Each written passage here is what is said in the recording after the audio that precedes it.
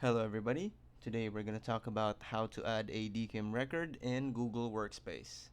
So step number 1, sign in with an administrator account to the Google Admins console. Go to Menu, then Apps, then Google Workspace, then Gmail.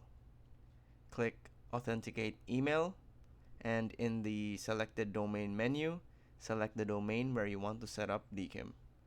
Click the Generate New Record button, and in the Generate New Record box, select your DKIM key settings. Click Generate on the Authenticate email page. The TXT record value is updated, and this message appears: DKIM authentication settings updated. Copy the DKIM value shown in the Authenticate email window, and you'll add it to your domain provider in the next step. Do not click Start Authentication yet.